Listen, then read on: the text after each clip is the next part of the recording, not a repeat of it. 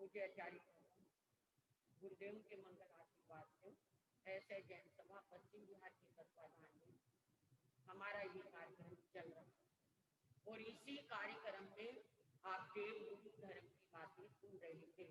और देवगुरु धर्म के साथ में मैंने आपको चतारी यानी मंगल रूप चतारी मंगलम के विषय में बताया था कि एक दिन मौका लगा तो मैं आपको चतारी मंगलम जो हम आप मंगल पाठ सुनते हैं तो इसके विषय में चर्चा करें। देखिए, कोई भी जब किसी मंदिर में जाता है या किसी गुरुद्वारे में जाता है या किसी भी स्थान पर कोई व्यक्ति जाता है तो वहां पर वहां के दर्शन करता है, वहां की जानकारी देता है। तो आप लोग जब स्थानक में आते हैं तो आप गुरु के मुख से क्या सुनते हो? मंगल पाठ सुनते। दीपक भैया ने मुझे बोला था कि तुम्हारे साथ मंगल पाठ का मतलब क्या होता है, मंगल पाठ का अर्थ क्या होता है। हमारे यहाँ तो 4 मंगल बताए, चतारी मंगल। हमारा जो मंगल पाठ है वो कहाँ से शुरू होता है? 4 मंगल से शुरू होता है। वो 4 चतारी, चतारी का मतलब 4, मंगल का मतलब मंगल। अब दोबारा जिज्ञासा खड़ी होती है, चतारी मंगलम 4 मंगल है तो वो कौन से मंगल है? अरिहंता मंगल, अरिहंत भगवान हमारे मंगल रूप है। सिद्ध मंगलम, सिद्ध भगवान हमारे मंगल रूप है। साहू मंगलम, साहू हमारे गुरु हमारे मंगल रूप है।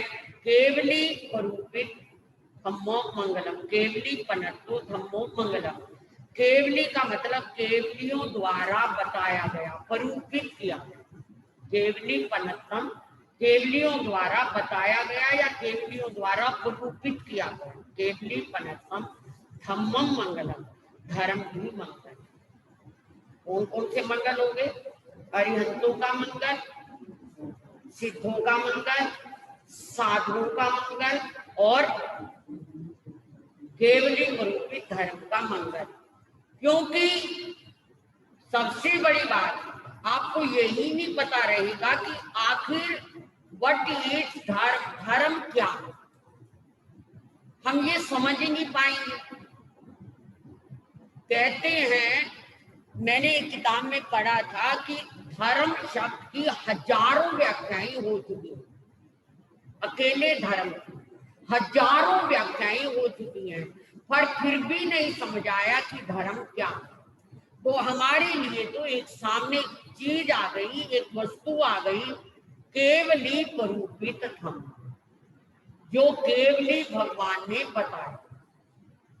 केवली भगवान ने कौन सा धर्म बताया? कौन सा?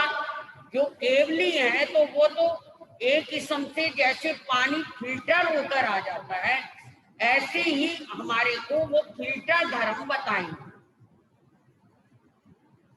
जिसे आप धारण कर लो। धार इति धर्म, जिसे धारण किया जाए, किसी को कष्ट ना हो, हमें भी कष्ट ना हो, दूसरे को भी कष्ट ना हो, ऐसा धर्म किस काम का? जो क्या है, वही बात है कि घोड़े की पूंछ अपनी तो मक्खी उड़ाए और दूसरे की आंख फोड़ दे। घोड़ा जब अपनी पूंछ हिलाता है वो क्यों हिलाता है? मक्खी मच्छर उड़ाने के लिए। अपने तो मक्खी मच्छर उड़ाए और दूसरे की क्या कर दे? जो पास से निकलेगा तो उसकी आंख फूट जाएगी। ऐसे ही धर्म, वो धर्म किस काम का जिसको हम लोग तो स्वतः स्थायी के लिए कर रहे हैं, मगर दूसरे को उसके द्वारा कष्ट हो रहा है। अब दूसरे के कष्ट की भी क्या है, डेफिनेशन चाहिए, उसको क्यों कष्ट। अब मान लो मैं कोई दान कर रही हूँ या मैं कोई जाप कर रही हूँ या मैं कोई व्रत कर रही हूँ या मैं कोई नियम कर रही हूँ या मैं कोई प्रतिध्यान कर रही हूँ और दूसरा कर नहीं कर पाता तो ना कर पाए, मैं थोड़ा ही छोड़ दूंगी अपने। अगर इस तरह में वो कष्ट मानता है दूसरा, इस बात से वो दूसरा कष्ट मानता है, भाई ये क्यों कर रहा है, उस कष्ट का तो निवारण का हमारे पास कोई उस कष्ट के निवारण का हमारे पास में कोई भी हल नहीं मेरे भाई, किसी भी तरह का हल नहीं। अगर वो कष्ट मान रहा है हमारी अच्छाई करने से, तो वो तो इसका मतलब ना वो खुद कर रहा है और ना करने देने वाले को करने देना चाहता है। इस तरह के कष्ट के लिए धर्म की बात नहीं है। धर्म का मतलब है इधर क्या है, बहू तड़प रही है बुखार में, वेदना में, पीड़ा में, और हम लोग समाइट लेके बैठे हैं। ये धर्म है। हम लोग माला लेकर बैठे हैं, ये धर्म नहीं है। भगवान महावीर से पूछा गया था, भगवान महावीर से कि प्रभु एक आपका वो भगत है जो दिन रात पूजा पाठ करता है, समाई करता है, माला करता है, जाप करता है, और एक आपका वो भगत है जिसने कभी आपके दर्शन भी नहीं किए, पर वो दीन दुखियों की सेवा में हर वक्त क्या है, लगा रहता है, हर समय वो सेवा में तल्लीन रहता है। आप किसको अच्छा समझेंगे? उनमें से कौन अच्छा व्यक्ति होगा? तो भगवान महावीर ने कहा था जो लोगों के हित में लगा रहता है, परोपकार में लगा रहता है, लोगों के भले में लगा रहता है, मेरी दृष्टि में वो सबसे आगे रहता है, सबसे आगे रहता है। कहते हैं एक बार कावड़ लेकर के कुछ लोग गंगा जल लेकर आ रहे थे। कावड़ तो समझते होंगे ना, जो सावन के महीने में लोग निकलते कावड़ लेके और मतलब पैदल नंगे पांव जाते हैं, क्या बोलते हैं इसे, वो कावड़ी बोलते हैं। और वो क्या करने जाते हैं, वहां जाते हैं पानी लेने जाते हैं। हाँ, तो वो पानी लेकर आ रहे थे, कुछ लोग आ रहे थे, तो रास्ते में क्या था, एक गधा था। गर्मी होती है, गर्मी में वो पानी के मारे तड़प रहा था एक गधा। अब वो पानी जो लेकर आते हैं वो कहाँ चढ़ाते हैं, शिवलिंग पर चढ़ाते हैं, और मतलब तभी जाके उनकी यात्रा क्या होती है, पूर्ण होती है। और हाथ में लेकर आते, पैदल ही लेकर आते हैं। आजकल तो खैर कई रास्ते निकाल लिए, चलो जो भी है। अब वो गधा जब तड़प रहा था तो एक कावड़ी ने देखा और उससे नहीं रहा गया कि ये तो पानी से तड़प रहा है और मैं इसके पास से मैं नहीं निकल सकता, कदापि नहीं निकल सकता। उसने क्या किया, अपना जो पानी कावड़ में लेकर आ रहा था वो उसने गधे को क्या कर दिया, पिला दिया। साथ के साथ ही कहने लगे, अरे भैया ये तूने क्या किया, इतनी मुश्किल से तू क्या करके आया, ये पानी लेकर आया, पैदल चल के आया, और अब तूने सारा पानी किसको पिला दिया, गधे को पिला दिया। ये तो तेरी तो यात्रा निष्फल हो गई। कहते हैं कि उसी वक्त आवाज आई कि कावड़िए तो सभी हैं, हजारों लोग कावड़ लेकर आ रहे हैं, पर सबसे पहली यात्रा इसी की सफल है क्योंकि इसने एक प्यास से मरते हुए पशु की क्या करी है। हो गया ना धर्म।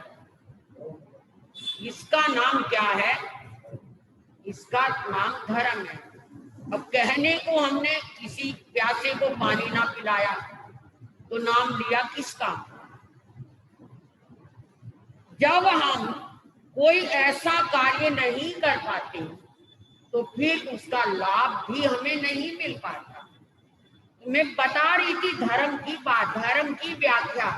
धर्म की व्याख्या में हमें कई तरह से धर्म क्षेत्र काल भाव को देखना होता है। एक व्यक्ति ना करता है और ना करने दे तो उसके लिए कोई धर्म में क्या है, स्थान नहीं है। हमारे यहाँ आता है कि सुभद्रा सती थी, सुभद्रा सती हुई है। अब सुभद्रा बिचारी जब घर में थी तो सेठ की बेटी थी और वो जैन धर्म की उपासिका थी। एकदम क्या है, वो जैन धर्म को मानती थी। किसी युवक की निगाह उस पर पड़ गई और उसने सोचा कि मैंने इस लड़की से विवाह करना है, लेकिन उसके पिता का नियम था, सुभद्रा के पिता का ये प्रण था कि मैं जो जैन धर्म को मानने वाला होगा मैं उसी के साथ क्या करूंगा, सुभद्रा का विवाह करूंगा। अब उस लड़के को भी इस बात का पता लग गया कि भाई सुभद्रा का विवाह उसी से होगा जो जैन धर्म का उपासक होगा। अब उसने क्या किया, बनावटी, वास्तव में नहीं, बनावटी धर्म स्थान में आने लगा, पूजा करने लगा, समाई करने लगा और जैन धर्म में पूरा रच पच गया। जब रच पच गया तो सबको पता लग गया कि चाहे ये जैन नहीं है पर जैनों से भी ज्यादा ये क्या कर रहा है, धर्म कर रहा है। एक्चुअली उसकी निगाह तो किस पे थी, सुभद्रा पे थी, और वो कर भी उसी के लिए रहा था।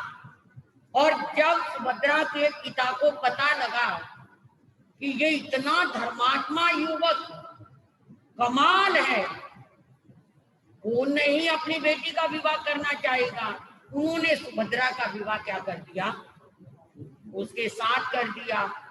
अब जब सुभद्रा विवाहित होके गई तो घर में तो जी जैसे ही वो समाई करने बैठती, माला लेकर बैठती, घर में क्या होना शुरू हो गया, झगड़ा होना शुरू हो गया, कलेश होना शुरू हो गया। अब सुभद्रा कहती है कि मेरे तो ये बचपन की संस्कार है और मैं नहीं छोड़ सकती, मैं नहीं छोड़ सकती। वो बेचारी मन ही मन उठने लगी और वो लोग सब क्या कहने लगे, ससुर है, सास है, पति है, कि इस घर में तुम्हारा ये धर्म, उसने कहा भी फिर तुम्हारा बेटा क्यों करता था, तुम्हारा बेटा भी धर्म स्थान में क्यों आता था, बहुत कहा उसने, पर लेकिन कोई सुनने को इस बात के लिए तैयार ही नहीं है। अब बेचारी घुटती रही, रहती रही चंपा नगरी में, चंपा नगरी में रहती थी, वहां विवाह हुआ था उसका। कहते हैं एक दिन एक मुनि संत जो जिन कल्पी थे, संतों की एक कैटेगरी होती है, एक होते हैं स्थीवर कल्पी और एक होते हैं जिन कल्पी। स्थीवर कल्पी होते हैं हम जैसे और जिन कल्पी होते हैं केवल मौन में रहते हैं। वो क्या रहते हैं, मौन में रहते हैं, मौन साधना करते हैं। अगर क्या है कहीं भी नगर गांव में जाते हैं, एक रात्रि दो रात्रि से ज्यादा नहीं ठहरते हैं। पाँव में कांटा, आंख में तिनका गिर जाए तो वो निकालते नहीं है, सारे कष्ट और उपसर्गों को सहते हैं। मतलब उन्होंने प्रतिमाएं धारण की होती हैं, ऐसे जिन कल्पी संत होते हैं। तो वो एक संत किसके घर में आ गए, सुभद्रा के यहाँ आ गए आहार लेने। अब सुभद्रा ने वंदन नमन किया और मन में बड़ा ताज्जुब माना कि शुक्र है मेरा इतना समय हो गया विवाह किए हुए, कोई मुनि, कोई साधु, कोई साध्वी मेरे घर नहीं आए, और आज आए भी तो कितने महान संत जिन कल्पी। पर ये क्या, महाराज की आंख में तो क्या पड़ा हुआ है, तिनका पड़ा हुआ है, और मैं निकालूं तो कैसे निकालूं, आंख से तो खून भी निकलना शुरू हो गया है, तिनके से पानी निकल कर इतना जख्म हो गया आंख में कि पानी की जगह क्या निकलने लगा, खून निकलने लग गया। कैसे ठीक हो प्रभु, कैसे ये ठीक हो। अब कैसे, अगर मैं उंगली लगाती हूँ या पल्लू लगाती हूँ तो ये और ज्यादा वेदना होगी और तिनका नहीं निकलेगा।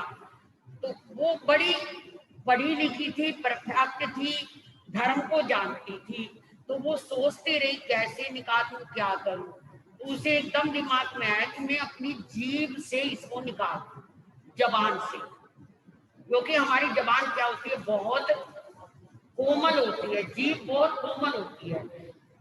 उसने अपनी जीभ कर मुनि के आगे ऐसे करके आग में से तिनके को क्या कर दिया।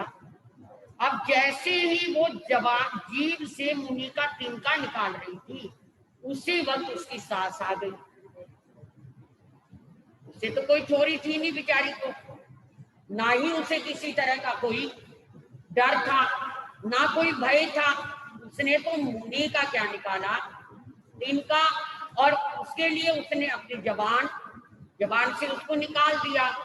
अब इधर तो तिनका निकाला और इधर क्या हुआ, सास ने देखा, और सास ने तो कहा कि ये तो दुराचार नहीं है, मुनि को भी नहीं छोड़ रही, बताओ। अरे कैसी कलंकनी बहू आई है मेरे घर में। अब इस कदर से बदनाम कर दिया, इतना बदनाम कर दिया सुभद्रा को कि सुभद्रा ने तेले का अनुष्ठान कर दिया और भगवान के आगे प्रार्थना कर दी कि प्रभु मैं तब तक अपने व्रत नहीं खोलूंगी जब तक मेरा ये कलंक दूर नहीं होगा। क्योंकि मुनि, मेरी तो कोई बात नहीं, पर मुनि पर भी तो आ गया ना। ये संत भी कैसे हैं, इनके संत भी कैसे हैं जो इस तरह का दुराचार करते हैं, घरों में आते हैं और घर की बहू बेटियों के साथ क्या करते हैं, गलत व्यवहार करती हैं। आदि आदि बातें बहुत घर में हुई, पिटाई भी हुई, कुटाई भी हुई, सुभद्रा की बुरा भला भी कहा। अब उसने अनुष्ठान कर लिया भगवान से। अब अनुष्ठान करने में क्या हुआ, क्या हो गया, चंपा नगरी के चारों दरवाजे बंद हो, देव कृपा से, और भविष्यवाणी हो गई कि ये द्वार तभी खुलेंगे जब कोई सती सावित्री सती अपने हाथ से कच्चे सूत से छलनी को बांधे और छलनी से कुएं का पानी निकाले और उस पानी से क्या करे, दरवाजों पर छिड़काव करे। वो पानी जो कच्चा सूत, तो पहली बात कच्चे सूत से छलनी नहीं बंधेगी, दूसरी बात छलनी बांध भी दी तो कुएं में नहीं जाएगी, टूट जाएगा कच्चा सूत। तीसरी बात है कुएं में चली भी गई तो वो क्या है, छलनी है, छलनी, उसमें पानी नहीं आएगा, एक बूंद भी डलेगा, बाद में निकलेगा। छलनी जो हुई बाद में निकलेगा पहले। अब क्या है जी, दरवाजे बंद, राजा पागल हो गया, नगरी के लोग लॉकडाउन में जैसे आप लोगों का बुरा हाल हुआ। आप तो फिर भी घर में बंधे हुए थे लॉकडाउन में, लेकिन वो तो कोई ना, कोई बेचारा बाहर जा सकता है, ना कोई घास, ना कोई क्या है खाने का सामान, ना कोई कुछ भी नहीं ले, आना जाना सब बंद, दरवाजे पूरी तरह से बंद है। अब जब ये आकाशवाणी हुई तो राजा ने कहा कि जो भी सती दरवाजा खोलेगी, जो मुंह मांगेगी, मैं उसे मुंह मांगी चीज दूंगा, लेकिन मेरे दरवाजे खुल जाएंगे। अब बहुत औरतें जाती हैं, मेला लगा है, पूरा नगर क्या है जा चुका आपका दरवाजे, छलनी नहीं बंदती, छलनी बंद जाए तो कुएं में ही नहीं जा पाती, वो तो पहले ही टूट के गिर जाती है। 3 दिन 4 दिन बीत गए और सुभद्रा भूखी प्यासी। धीरे से सुभद्रा ने अपनी सास को कहा, माँ जी मेरा भी मन करता है, मेरा भी मन करता है मैं जाऊं और चंपा के दरवाजे खोल दूं। तेरे जैसी तू तो कलंकनी है, कलंक का टिक्का है मेरे घर में, दुराचारनी, दुष्टा। तू चंपा के द्वार खोलेगी, तू तो दरवाजे ऊपर गिरा लेगी, खोलेगी कहाँ। अरे तेरे से तो एक साधु नहीं बच पाया, तूने तो एक साधु को नहीं छोड़ा, न जाने क्या क्या बुरा भला कहा। सुभद्रा ने कुछ नहीं कहा, केवल हाथ जोड़े और कहा नहीं माँ, मुझे आज्ञा दो, मुझे आज्ञा दो, मैं भी बता सकूं कि मैं भी कोई सती हूं या मेरे अंदर भी कोई सत है। अब आपके कहने से, अब सबके कहने से मैं कलंकनी बनी, जबकि मैं आपको 10 बार ये बात बता चुकी कि वो जिन कल्पी साधु थे, उनके आंख में तिनका डल जाए, जिन कल्पी के पांव में कांटा लग जाए तो वो खुद निकालते नहीं, और उस आंख के तिनके का सिवाय जवान की कोई चारा था नहीं निकलने का। मेरी मजबूरी थी, मैंने तो संत को चेहरा भी नहीं देखा, मैंने बस उनका एक तिनका जरूर निकाला, कष्ट उनका दूर किया है। नहीं माँ, ऐसी कोई बात नहीं, जा, अपने आप को सती सावित्री दिखाती है तो निकल। धर्म था ना, तपस्या चल रही थी, चल पड़ी, छलनी ले ली, कच्चा सूत ले लिया, जाकर कुएं पर गई। सारी दुनिया जा रही थी, कोई ये तो था नहीं कि अकेली सुभद्रा गई, बहुत दुनिया जा रही थी और परीक्षा दे देकर वापस आ रही थी, पर कोई भी सफल नहीं हो रहा था। ऐसा नहीं कि सतियों की कमी थी, बात तो सुभद्रा की, बात तो किसकी थी? सुभद्रा की थी। अब सुभद्रा भी गई, उसने अपने हाथ से पकड़ा और सूत पकड़ करके उसने छलनी को बांध दिया। अब छलनी बंध गई और छलनी के बनते ही उसने बड़े आराम से छलनी को क्या कर दिया? कुएं में डाल। छलनी कुएं में डली और डलने के बाद बड़े आराम से नीचे कुएं में चली गई, और जाने के बाद ताज्जुब की बात कि छलनी पानी से लबालब भर गई, एक बूंद भी नीचे नहीं गिरा, एक बूंद भी। पूरी छलनी पानी से भरी और ऊपर ले आई कच्चे सूत से। सब लोगों में आवाजें, अरे पानी आ गया, पानी आ गया, अब तो चंपा के द्वार खुल जाएंगे। सुभद्रा, ये उनकी बहू पानी ले आई, उनकी बहू पानी ले आई। अब क्या है, पानी आ गया और पानी लेकर के पहले दरवाजे पर गई और पानी का क्या दिया? छींटा, तड़ाक क्या हो गया? दरवाजा खुल गया।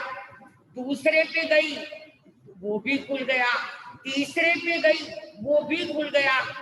अब जब तीसरे पे गई तो आकाशवाणी हुई, सुभद्रा अब रहने दो, एक दरवाजा रहने दो।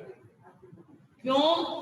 कल को कोई अपने आप को छाती ठोक कर ये कहे कि मैं भी निकाल सकती थी, ऐसा काम तो मैं भी कर सकती थी, तो उसके लिए ये दरवाजा बंद है। आए और दरवाजा पानी ले आए, कच्चे सूत को बांधकर छलनी से और दरवाजे पे छिड़के। अगर वैसे पानी आ गया तो मतलब ही नहीं, ये तो सवाल ही नहीं पैदा होता कि दरवाजा खुलेगा।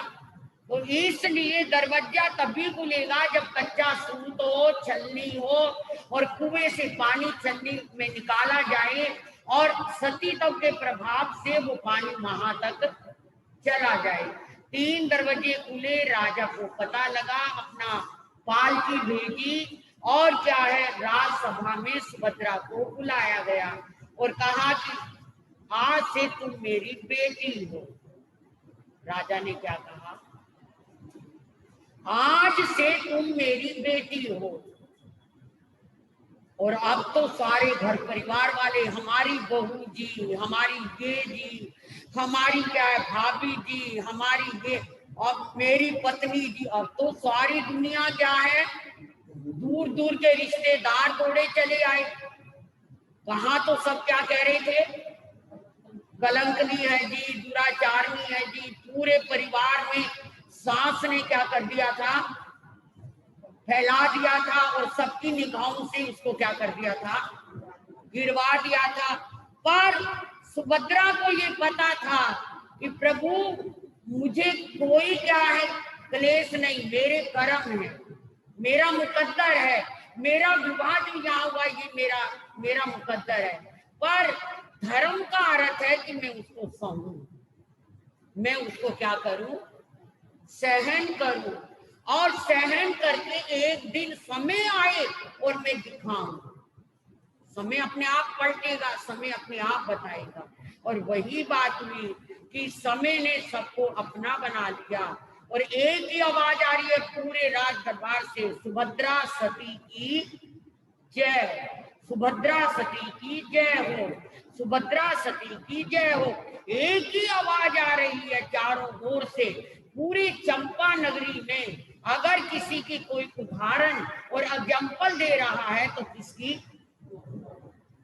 सुभद्रा की। मैं आपको ये कथानक इसलिए सुना रही थी मेरे भाई बहनों कि धर्म कौन सा है।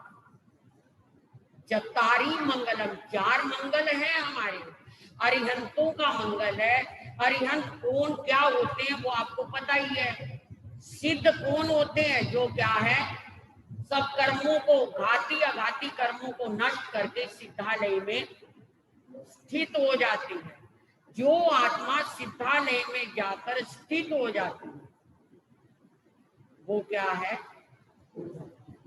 वो सिद्ध है। सिद्धों के लिए 2-3 बातों को जानना बहुत जरूरी है।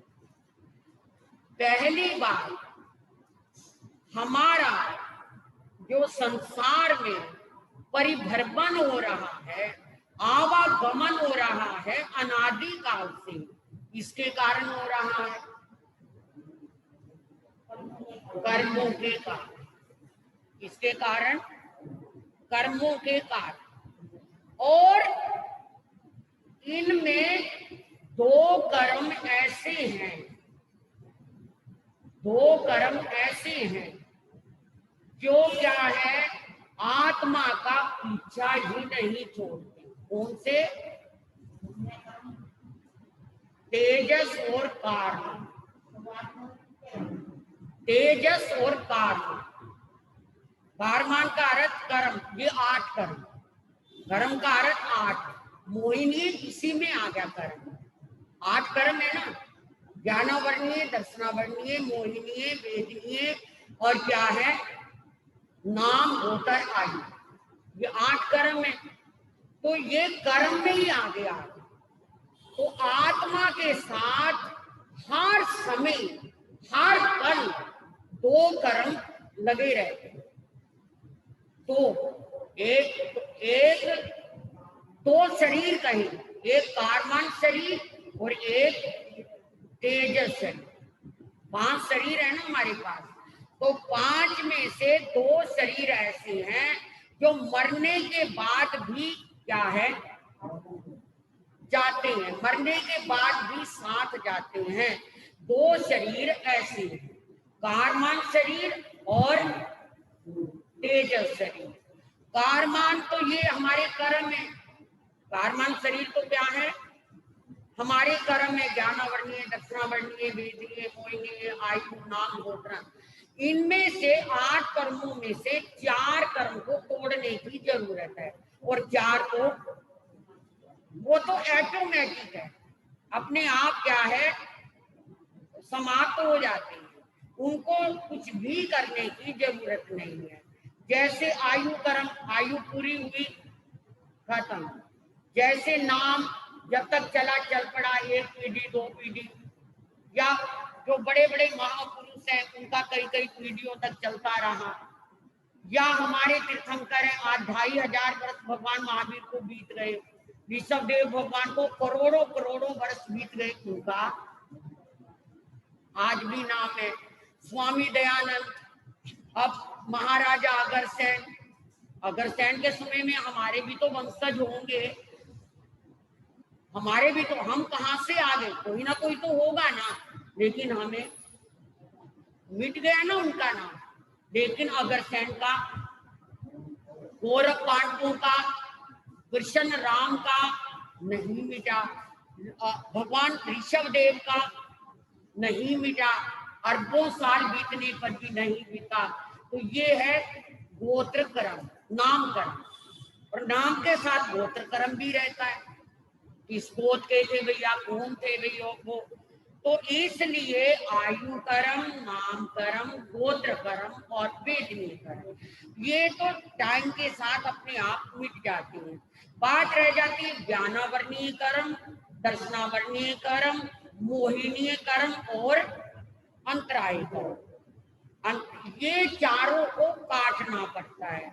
तो ये आत्मा के साथ ये कर्म शरीर, कारमान शरीर जब तक लगा रहता है, जब तक कारमान शरीर जब तक लगा रहता है, और तेजस शरीर, ये दोनों आत्मा के साथ बिल्कुल रचे पचे हैं। जब तक ये लगे रहते हैं तब तक आत्मा सिद्ध नहीं होती, और तब तक आत्मा का आवागमन, मैं सिद्ध की बात आपको बता रही हूँ, तब तक आत्मा का क्या चलता रहता है, आवागमन, आना जाना चलता रहता है। और जिस दिन आत्मा ने इन 8 कर्मों को मिटा दिया, मतलब सिद्ध बुद्ध हो गई आत्मा, तो ये तेजस शरीर भी छोड़ देता है और कार्य शरीर। मगर कब छोड़ता है? जब आत्मा लोक के अंत में चला जाए, लोक के अगर भाग पर, लोक के अगर भाग पर जब स्थित हो जाता है आत्मा, अगर भाग, उसके बाद अलोक आ जाता है। अगर भाग का मतलब मान लो ये कोना आपको नजर आ रहा, खट्टे का ये कोना, अब इस कोने के आगे क्या है, कुछ नहीं। तो यहाँ आत्मा स्थित होता है अगर भाग पर, लास्ट में जाकर, कॉर्नर पे जाकर, उसके बाद आलोक आ जाता है। तो आलोक में तो आत्मा का जाने का सवाल ही नहीं पैदा होता। आप कहोगे क्यों नहीं जाता? आपका एक क्वेश्चन खड़ा हो सकता है कि आलोक में आत्मा क्यों नहीं जाता। मैं आपसे क्वेश्चन कर लेती हूँ, एक क्वेश्चन कर देती हूँ कि लेह लद्दाख के बाद हम आगे क्यों नहीं जा सकते? जगह तो आगे भी है, लेह लद्दाख के बाद भी है। पहले तो लेह लद्दाख में जाना मुश्किल है, क्योंकि क्या हो जाता है, ऑक्सीजन खत्म, ऑक्सीजन खत्म। हमारा शरीर एक जगह तक जाने तक ही अलाउड करता है, एक जगह पर जाने तक ही अलाउड करता है। अगर क्या है हम उससे आगे, मर्यादा से आगे कदम रखते हैं, तो हमारी किडनी भी, हमारा हार्ट भी, हमारी ऑक्सीजन भी सब क्या हो जाती है, फेल हो जाती है, नहीं जा सकते ना। लेह लद्दाख में भी ऑक्सीजन लेकर जाते हैं, जितनी ऊंचाई पर चढ़ते हैं ना, वहां भी ऑक्सीजन लेकर जाना पड़ता है। तो ऐसे ही ये तो दुनियावी चीज है, यहाँ तो दुनिया है, मगर सिद्ध के लोकाग्रह के बाद ना धर्मास्तिक आया है, ना अधर्मास्तिक आया है, ना आकाशास्तिक है, ना जीवास्तिक आया है, ना क्या है, पुद्गल आस्तिक आया है। कितने द्रव्य हैं? 5 गिनो। छठा तो काल है। छठा क्या है? काल है। 5 द्रव्य हैं, धर्म, अधर्म, आकाश, जीव और पुद्गल, और छठा है काल। काल तो 2.5 दीप में है, उसके बाद काल, उसके बाद काल द्रव्य नहीं है। यानी काल का मतलब है समय। जहां तक सूरज चंद्रमा जाते हैं बस वहीं तक काल रहता है, समय वहीं तक रहता है। जहां सूरज चंद्रमा नहीं जाते उसके बाद क्या है, काल भी, समय भी नहीं रहता है। समय का अर्थ अभी मतलब मान लो जैसे 9 बजे, ये समय, हम ये काल है। काल को कभी द्रव्य नहीं माना, क्योंकि काल क्या है, परिवर्तनशील है, हर पल बदल रहा है, हर सेकंड में समय बदल रहा है। तो 5 द्रव्य हैं, 5 द्रव्यों में केवल आकाशास्तिकाय द्रव्य रहता है आलोक में, और ना धर्मास्तिकाय का अर्थ क्या है, चलने में सहायक, अधर्मास्तिकाय बैठने में सहायक, और क्या है, जीवात्मा, और क्या पुद्गल, ये शरीर, मैटर।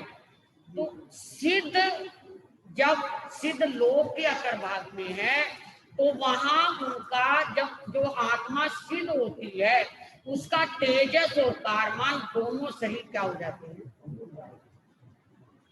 शरीर ही नहीं रहता और शरीर ही हो जाता है, रूपी हो जाता है आत्मा, और शरीरी और रूपी और जल, और क्या है, निरंजन, सब कुछ, मतलब अमर, अजर, अविनाशी, ये रूप हो जाता है आत्मा का।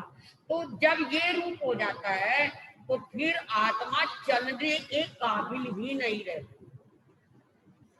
ये बहुत बड़ा साइंटिफिक ट्रूथ है, ये एक साइंटिफिक ट्रूथ है जिसे हम कहेंगे कि ये बहुत बड़ा सत्य है, यूनिवर्सल ट्रूथ है ये, कि जब आत्मा से कर्म हट जाते हैं तो आत्मा अचल हो जाती है। समझ गए? चलने फिरने का काम जो है, गमनागमन का काम कर्म के कारण है। जिस दिन कर्म समाप्त हुए आत्मा जहां होगी वहीं पर क्या हो जाएगी, स्थित हो जाएगी, और कर्म से रहित सिवाय मोक्ष के और कहीं हो नहीं सकती आत्मा। तो लोक के अगर भाग में जब आत्मा, कहते हैं जो मोक्ष में आत्मा जाती है वो एक समय में चली जाती है, जैसे एक सेकंड में गोली निकलती है बंदूक से और निशाने पर, ऐसे ही एक समय में 3 समय लगते हैं वैसे आत्मा को कहीं भी जाने में, ज्यादा से ज्यादा 4 समय। अगर वो घूम कर भी जाती है तो 4 समय, और समय कितना सूक्ष्म है, मैं एक शब्द भी बोलती हूँ तो असंख्य समय बीत जाते हैं। तो मेरा मतलब एक समय में आत्मा जो कर्म रहित हो जाती है वो लोकाग्रह भाग पर चली जाती है, और वहां से उसका कोई कर्म नहीं रहता, तो वहां जाकर वो क्या हो जाती है, गति रहती नहीं उसमें। जब गति रहेगी नहीं तो आएगी कहाँ, दोबारा उसका जन्म मरण हो गई, साइंटिफिक ट्रूथ है ये। ना उसका जन्म रहेगा ना उसकी मृत्यु रहेगी। जन्म मरण कर्म के कारण था, कर्म क्या कर दिए, समाप्त कर दिए। तो ये है सिद्ध गति, समझ गए आप?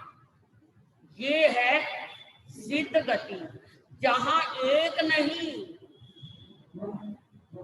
कोई अंत ही नहीं, कितनी आत्माएं, एक माही अनेक राजे, अनेक माही एक कम, एक अनेक की नाही संख्या, नमो सिद्ध निरंजनम। अनंत अनंत आत्माएं सिद्ध हो चुकी हैं, और जगह भी कितनी है। जगह किसको चाहिए, शरीर को, आत्मा को, वो तो ज्योत में ज्योत समा गई। दीवे को जगह चाहिए, रोशनी को जगह नहीं चाहिए। आप कहेंगे कैसे, एक सूर्य निकलता है और एक सूर्य की कितनी किरणें हैं,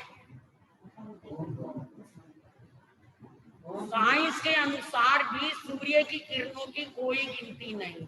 हम कहते हैं ना कि सूर्य की किरणों को गिना नहीं जा सकता। एक सूर्य में इतनी किरणें हैं, सूर्य निकलता है, किरणों के लिए कोई जगह की जरूरत नहीं। जब ये अनगिनत किरणों को जगह की जरूरत नहीं, तो जो आत्मा अजर अमर अविनाशी हो गया तो उसे जगह की नहीं जरूरत।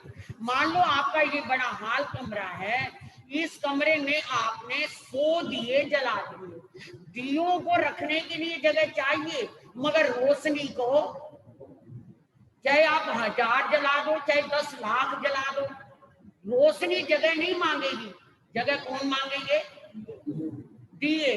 और जब दिए समाप्त कर दिए तो रोशनी ज्योत में ज्योत समा गई।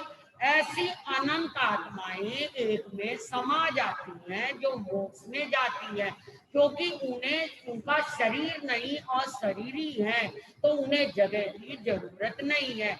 इस तरह सिद्धालय में सिद्ध क्या है? स्थित है, स्थित है। कब तक स्थित रहेंगे? रहना ही उन्होंने, क्योंकि जब कर्म ही नहीं आएंगे उनके पास, कर्म आएंगे नहीं, और जब कर्म आएंगे नहीं तो आत्मा चलेगी नहीं, जब आत्मा चलेगी नहीं तो आत्मा वहां वो तो हो गई सदा के लिए।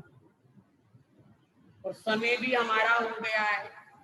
बात चतारी मंगलम की, दीपक भैया आपकी चतारी मंगलम चल रहा है हमारा प्रसंग, तो 4 मंगल है चतारी मंगलम में, 4 मंगल है।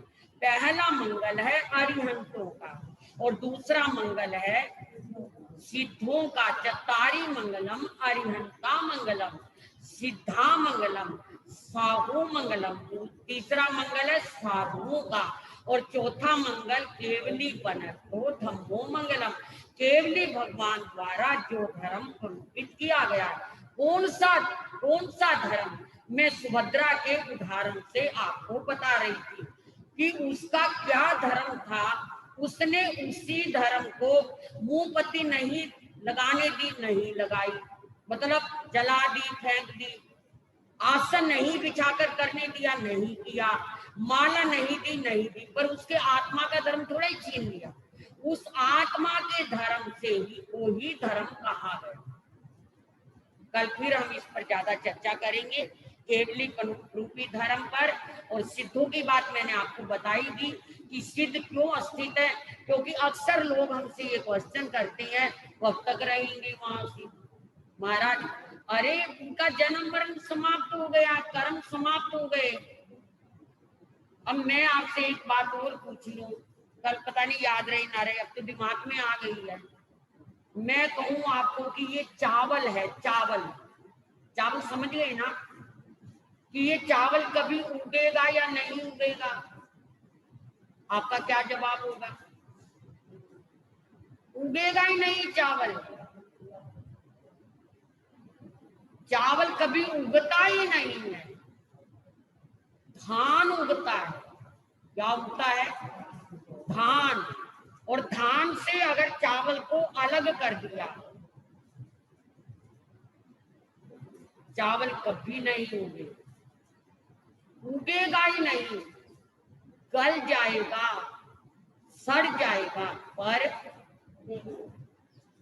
शक्ति खत्म हो गई ना उसकी, उगने की ताकत। गुठली है आम की, आपने उस गुठली को उबाल दिया, पका दिया। चना है, चने का दाना, आपने उसको भून दिया, क्या वो कभी उग जाएगा? नहीं उगेगा। जैसे चना कभी उगेगा नहीं, जैसे गुठली जो पक गई है, आम की गुठली पानी में उबल गई है, वो कभी क्या है, पेड़ के रूप में बनेगी नहीं। जो बीज गल गया है वो कभी पौधा नहीं बनेगा। ऐसे ही जो आत्मा कर्म से रहित हो गई है वो कभी भी जन्म मरण नहीं करेगी, संसार का परिवर्तन नहीं करेगी। सभी को इस बात का ध्यान रहे। बड़े सिंपल शब्दों में मैंने आपको उदाहरण दिए हैं, और अब आपको शायद कोई क्या है डाउट नहीं रहा होगा। वो सिद्ध हैं जो जिनकी आत्मा अजर अमर अविनाशी हो चुकी है, और हमारी आत्मा कर्म के अधीन है। जब तक कर्म है तब तक जन्म मरण है। जब कर्म का अंत हो जाएगा तेजस और मान का, तो इस आत्मा के जन्म और मरण का भी समाप्त हो जाएगा। बोलिए भगवान महान।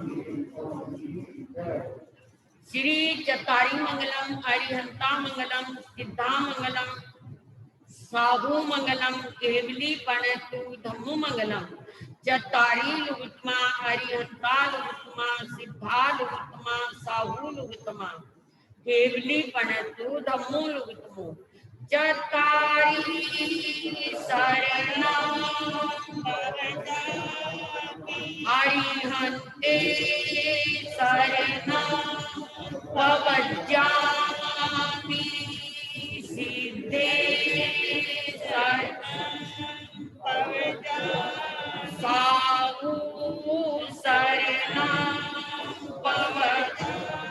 केवली पनता राम सरना